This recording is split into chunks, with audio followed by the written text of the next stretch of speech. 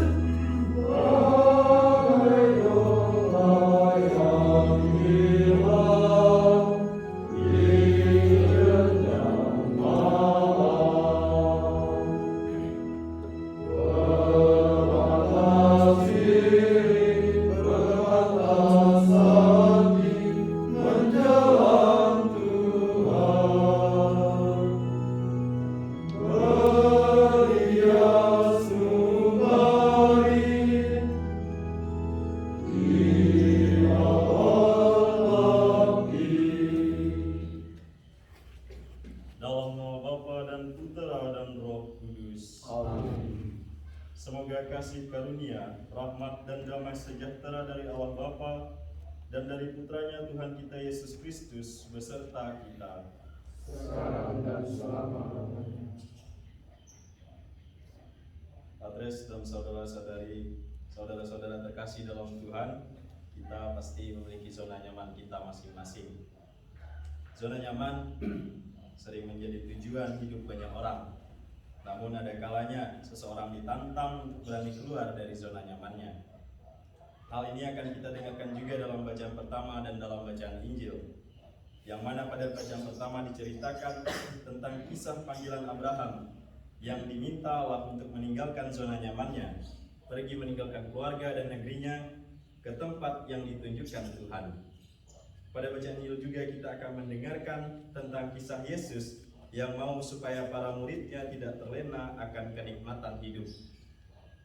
Itu meski ditinggalkan untuk mencapai kemuliaan yang lebih besar. Mereka diajak turun dari gunung menuju kehidupan yang biasa lagi, keluar dari zona nyaman mereka untuk ikut ambil bagian dalam peristiwa keselamatan. Bahkan Yesus sendiri pun juga rela mengosongkan dirinya. Ia meninggalkan zona nyamannya untuk rela wafat di kayu salib untuk keselamatan kita umat manusia. Kita pun pada perayaan ibadah sabda pada sore hari ini diajak untuk berani keluar dari zona nyaman kita. Namun sebagai manusia yang lemah, seringkali kita terbuai dan dengan kenikmatan duniawi dan sulit meninggalkan zona nyaman kita. Untuk itu, sadar bahwa kita ini adalah manusia yang lemah, yang sering jatuh dalam dosa. Marilah di awal perayaan ibadah sabda hari ini, kita dengan rendah hati mengakui dan mohon ampun kepada Tuhan atas salah dan dosa kita, agar kita layak dan pantas merayakan ibadah sabda pada sore hari ini.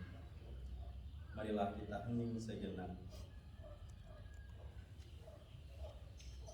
Saya mengaku Kepada Allah yang Maha Kuasa, selain kepada saudara sekalian, bahwa saya telah berdosa dengan pikiran dan perkataan, dengan perbuatan dan kelalaian.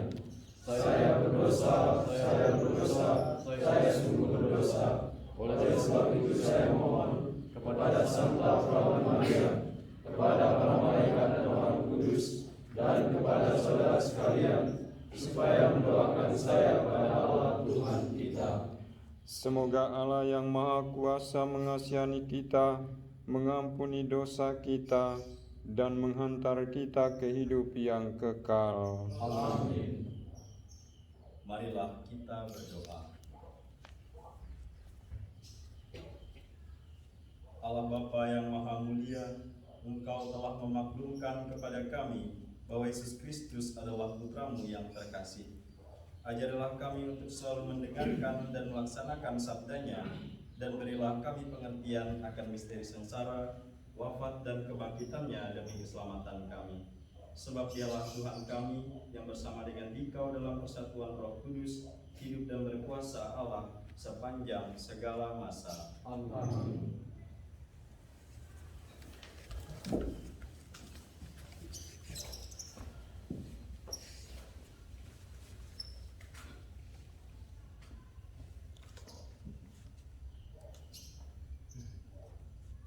Panggilan Abraham Bapa umat Allah.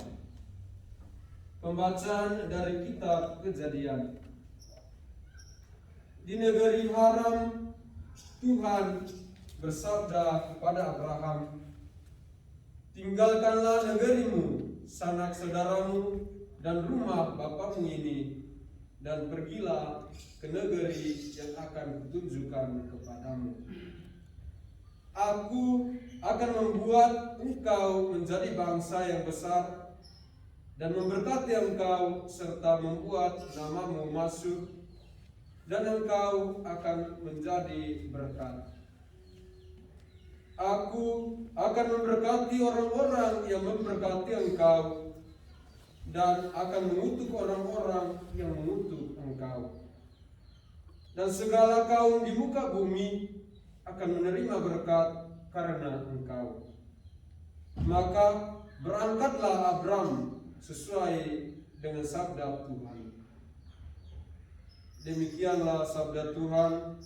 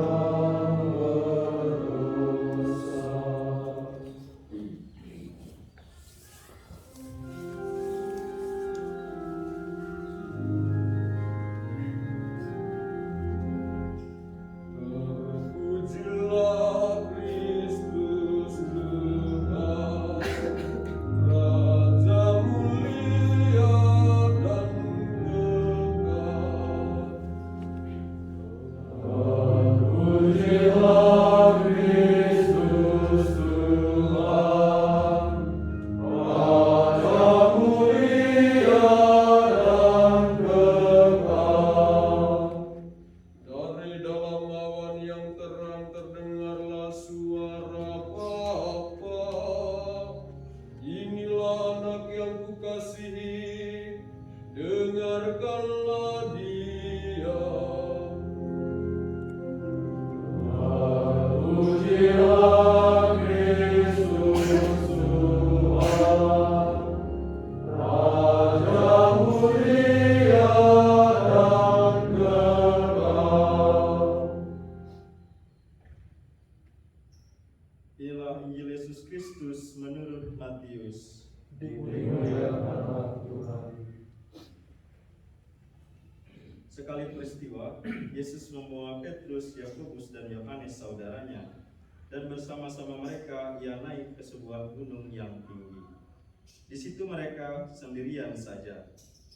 Lalu Yesus berubah rupa di depan mata mereka. Wajahnya bercahaya seperti matahari, dan pakaiannya menjadi putih bersinar seperti terang. Maka nampak kepada mereka Musa dan Elia sedang berbicara dengan Yesus. Kata Petrus kepada Yesus, "Tuhan, betapa bahagianya kami berada di tempat ini. Jika Engkau mau, biarlah kudirikan di sini 3 kemah, satu untuk Engkau, satu untuk Musa, dan satu untuk Elia." Sementara Petrus berkata begitu, tiba-tiba turunlah awan yang terang menaungi mereka, dan dari dalam awan itu terdengar suara yang berkata, "Inilah anak yang kukasihi, kepadanya lah aku berkenan, dengarkanlah dia." Mendengar itu tersungkurlah murid-murid Yesus, dan mereka sangat ketakutan. Lalu Yesus datang kepada mereka. Ia menyentuh mereka sambil berkata, "Berdirilah, jangan takut." Dan ketika mengangkat kepala, mereka tidak melihat seorang pun kecuali Yesus seorang diri. Pada waktu mereka turun dari gunung, Yesus berpesan kepada mereka, "Jangan kamu ceritakan penglihatan itu kepada seorang pun sebelum Anak Manusia dibangkitkan dari antara orang mati." Demikianlah sabda Tuhan. Terpujilah Kristus.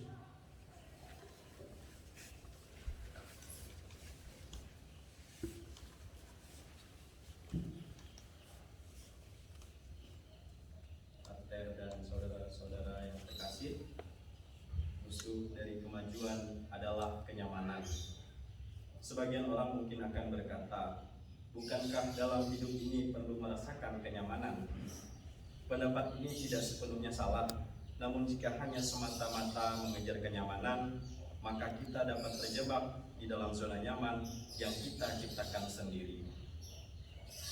Zona nyaman adalah zona yang berbahaya, bukan karena menakutkan, tetapi karena justru kenyamanannya itu. Saat berada di zona nyaman, kadang seseorang takut untuk memasuki dunia baru, cenderung tidak terlalu tertarik untuk mencoba hal baru. Zona nyaman dapat membuat kita ngestak, hanya berada di situ-situ saja dan tidak bergerak, dan membuat kita tidak maksimal. Zona nyaman juga akan membuat seseorang tidak lagi produktif dan responsif terhadap perubahan. Jika seseorang telah terjebak dalam zona nyaman, maka cepat atau lambat kehidupannya akan mengalami kemunduran dengan sendirinya. Saudara-saudara yang terkasih, Injil hari ini juga menceritakan tentang Yesus yang mau supaya para muridnya dapat meninggalkan zona nyaman mereka. Bahkan Yesus sendiri pun rela meninggalkan zona nyamannya dan masuk dalam zona yang tidak nyaman demi keselamatan kita umat manusia. Dikisahkan dalam Injil bahwa Yesus naik ke gunung yang tinggi bersama dengan 3 muridnya, Petrus, Yakobus, dan Yohanes. Kita mengingat bahwa di dalam kitab suci, gunung selalu menjadi tempat di mana Tuhan bersemayam. Yesus bersatu dengan Bapa dalam doa di gunung atau bukit. Ketika mereka tiba di puncak gunung itu sendirian saja, Yesus berubah rupa di hadapan mereka. Dalam hal ini wajahnya bercahaya seperti matahari, pakaiannya menjadi putih bersinar seperti terang. Peristiwa ini sering disebut juga sebagai peristiwa transfigurasi. Lebih mengejutkan lagi, tampil juga 2 tokoh perjanjian lama, yaitu Nabi Musa dan Nabi Elia, sedang berbicara dengan Yesus. Musa dan Elia di sini mewakili kitab Taurat dan kitab para nabi yang berbicara secara istimewa tentang Mesias yang harus menderita untuk kita umat manusia. Situasi ini amat membahagiakan bagi Petrus sehingga dia memohon kepada Yesus, "Tuhan, betapa bahagianya kami berada di tempat ini. Jika Engkau mau, biarkanlah aku mendirikan 3 kemah, 1 untuk Engkau, 1 untuk Musa, dan 1 untuk Elia." Petrus ingin tinggal di atas gunung dalam kemuliaannya dan kebahagiaan transfigurasi. Namun ia tidak menyadari konsekuensi dari keinginannya itu, yakni misi Yesus yang tidak akan terwujud. Ia tidak menyadari bahwa kemuliaan itu mesti dicapai lewat perjuangan dan penderitaan. Bisa kita bayangkan kalau misalnya Yesus mengiyakan mereka tinggal di atas gunung itu, mungkin sampai saat ini kita tidak menjadi Katolik. Permintaan Petrus untuk mendirikan kemah di atas gunung itu menunjukkan suatu sikap nyaman. Petrus dan teman-temannya terlena dalam zona nyaman dan tidak mau beranjak dari situasi itu. Oleh karena itu, Yesus tidak membiarkan para murid terlena dalam kehidupan hidup, kenikmatan hidup itu. Dia mengajak mereka turun dari gunung untuk menuju ke kehidupan yang biasa lagi. Para murid diajak untuk ikut ambil bagian dalam peristiwa keselamatan bersama dengan Yesus sendiri. Dalam hidup yang real pada kehidupan biasa itulah iman Petrus dan para murid lainnya menjadi nyata. Karena iman diwujudkan dalam suatu tindakan nyata, perjuangan, dan penuh dengan tanggung jawab terhadap panggilan Tuhan. Sekilas memang kemuliaan yang ditampakkan oleh Yesus dalam perubahan wujudnya itu di atas gunung adalah peristiwa nyata. Ajakan Yesus untuk turun ke gunung merupakan pelajaran yang penting bagi para murid bahwa kenyamanan di atas gunung tidak berarti apa-apa. Itu mesti ditinggalkan untuk mencapai kemuliaan yang lebih besar. Yesus bahkan sendiri rela meninggalkan zona nyamannya dan masuk ke dalam zona yang tidak nyaman. Yesus rela mengosongkan dirinya, ia rela menderita sengsara dan wafat di kayu salib demi kemuliaan Allah dan keselamatan kita umat manusia. Dalam bacaan pertama juga kita mendengar bahwa Abraham dipanggil dari zona nyamannya. Ia pergi dari negeri dan meninggalkan keluarganya untuk mencapai tujuan Allah dalam hidupnya. Tuhan memanggil Abraham untuk diikutsertakan dalam pelaksanaan rencana Allah untuk misi penyelamatan umat manusia. Abraham rela memberikan dirinya untuk melaksanakan apa yang dikehendaki Allah daripadanya. Allah memanggilnya untuk keluar dari zona nyamannya menuju ke tempat yang sama sekali baru dan tidak dikenalnya. Untuk pindah ke suatu tempat yang baru, artinya ia harus melakukan pekerjaan baru, beradaptasi dengan lingkungan baru, dan masih banyak hal-hal baru lainnya. Abraham harus memutuskan sebuah langkah iman untuk keluar dari zona nyamannya. Meskipun ada banyak hal yang masih belum diketahui Abraham, namun Allah memiliki rencana yang lebih besar dari segala ketakutan dan kekhawatirannya. Allah ingin Abraham mengalami kemajuan iman agar hidupnya dapat menjadi berkat bagi banyak bangsa, dan ia percaya bahwa Allah akan membuat dirinya menjadi bapa suatu bangsa yang besar. Saudara-saudara yang dikasihi Tuhan, di dunia ini memang banyak sekali tawaran menjanjikan kenikmatan dan kenyamanan kita dalam hidup.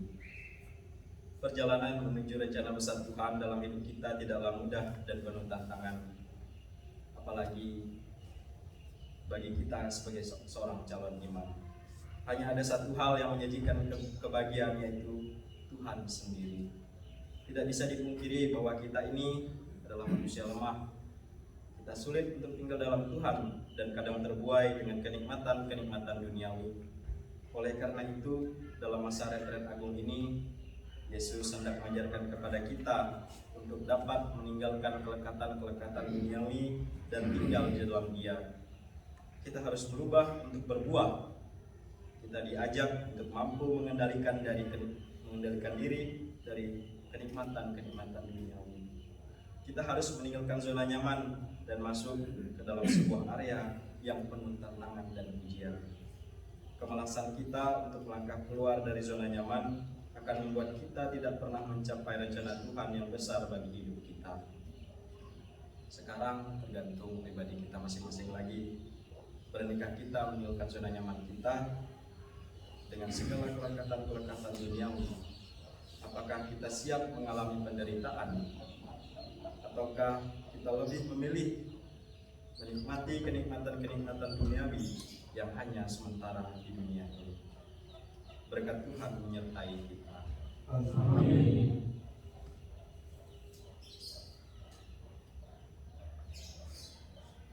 Saudara dan saudara-saudara terkasih dalam Kristus, setelah mendengarkan sabda dan merenungkan pesannya, marilah kita bangkit berdiri, mengungkapkan iman dan kepercayaan kita akan kasih dan penyertaannya dengan bersama-sama mengucapkan, Aku percaya Akan Allah yang Maha Kuasa, pencipta langit dan bumi, dan akan Yesus Kristus, Putra yang tunggal Tuhan kita, yang mengandung dari Roh Kudus, berkata oleh Allah Maria, yang menderita sengsara dalam pemerintahan Pontius Pilatus, disalibkan, wafat dan dimakamkan, yang turun ke tempat penantian pada hari ketiga, bangkit dari antara orang mati, yang naik ke surga, duduk sebelah kanan Allah Bapa yang Maha Kuasa, dari situ Dia akan datang mengadili orang hidup dan yang mati. Aku percaya akan Roh Kudus, Gereja Katolik yang kudus, persekutuan para kudus, pengampunan dosa, kebangkitan badan, kehidupan kekal. Amin. doa umat.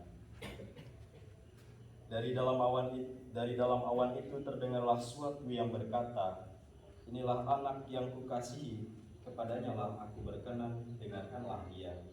Marilah kita berdoa kepada Bapa yang telah memberikan putranya yang terkasih demi keselamatan kita.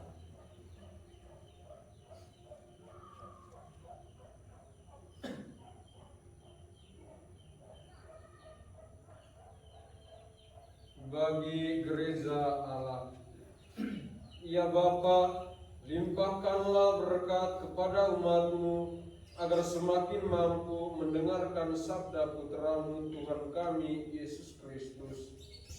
Semoga karena Kristus kami pun dapat membantu, membahagiakan, serta mendamaikan segala bangsa di dunia.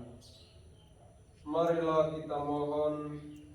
Kabulkanlah doa kami ya Tuhan.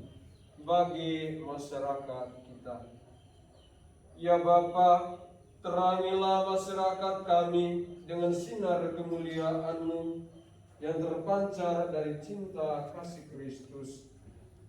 Karena cinta kasih Kristus itu pula lah masyarakat kami dapat mengusahakan segala sesuatu demi kemuliaan nama-Mu dan keselamatan kami. Marilah kita mohon. Kabulkanlah doa kami ya Tuhan. Bagi mereka yang menderita karena Injil, ya Bapa, dampingilah umat-Mu yang menderita karena gigih dalam mewartakan Injil. Tuntunlah mereka agar tetap mantap dan setia dalam iman, pengharapan, dan kasih akan pembebasan yang sejati di dalam Kristus, Sang kebenaran sejati. Marilah kita mohon. Kabulkanlah doa kami ya Tuhan. Bagi kita orang-orang berdosa, ya Bapa, bimbinglah kami agar selalu dapat menempuh jalan-Mu yang benar. Bukalah hati kami untuk selalu mampu mendengarkan sabda kebenaran-Mu yang menyelamatkan kami. Marilah kita mohon. Kabulkanlah doa kami ya Tuhan. Juga kita berdoa bagi saudara kita Eli yang merayakan ulang tahunnya pada hari ini. Semoga Allah senantiasa memberkatinya, melindunginya dalam masa formasi ini, sehingga ia pun senantiasa selalu tekun menjalani masa formasi di tempat ini. Marilah kita mohon. Kabulkanlah doa kami ya Tuhan.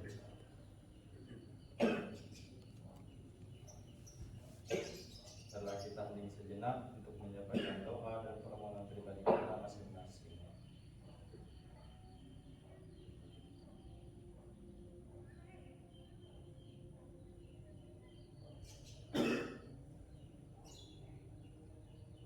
Marilah kita mohon.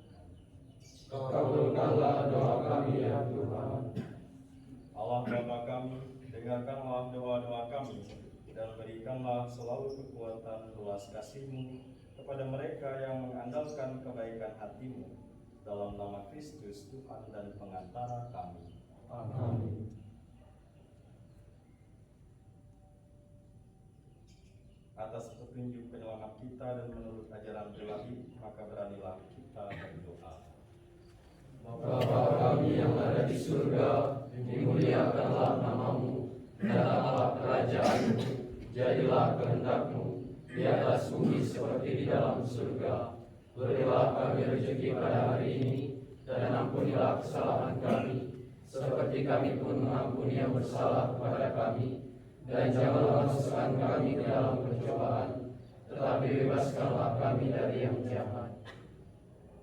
Marilah kita berdoa. Allah yang kekal dan kuasa, terima kasih untuk sabda-Mu yang menguatkan kami. Bantulah kami untuk selalu setia pada sabda-Mu dan menghidupinya dalam hidup harian kami. Berilah kami juga kekuatan untuk menjalani pertobatan kami, sehingga pada saatnya nanti kami dapat dihantar kepada keselamatan kekal bersama dengan Putra-Mu terkasih, Tuhan kami Yesus Kristus, yang hidup dan berkuasa bersama Dikau dalam persekutuan dengan Roh Kudus, Allah sepanjang segala masa. Amin. Tuhan sertamu. Dan sertamu juga. Semoga mereka yang kita doakan, anggota keluarga kita masing-masing, dan kita sekalian senantiasa dibimbing, diberkati, dan dilindungi oleh Allah yang Maha Kuasa, Bapa dan Putra dan Roh Kudus. Amin. Saudara-saudara sekalian, sudah sabda kita pada sore hari ini sudah selesai. Syukur kepada Allah. Marilah kita pergi, kita diutus. Amin.